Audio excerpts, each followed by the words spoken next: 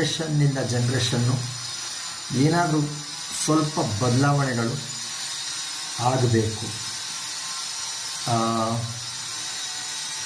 ಗಂಡ ಹೆಂಡತಿಯಲ್ಲೇ ಜಗಳ ಆಡಲೇಬೇಕು ಅಂತ ಯಾರು ಹೇಳಿದ್ದು?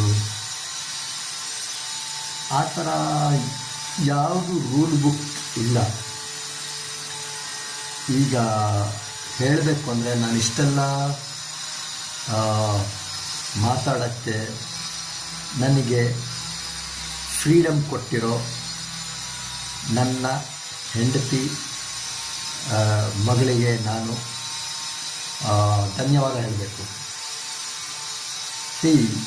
ಎಲ್ಲರಿಗೂ ಅನಿಸತ್ತೆ, ಆದರೆ ಹೇಳೋಕ್ಕೆ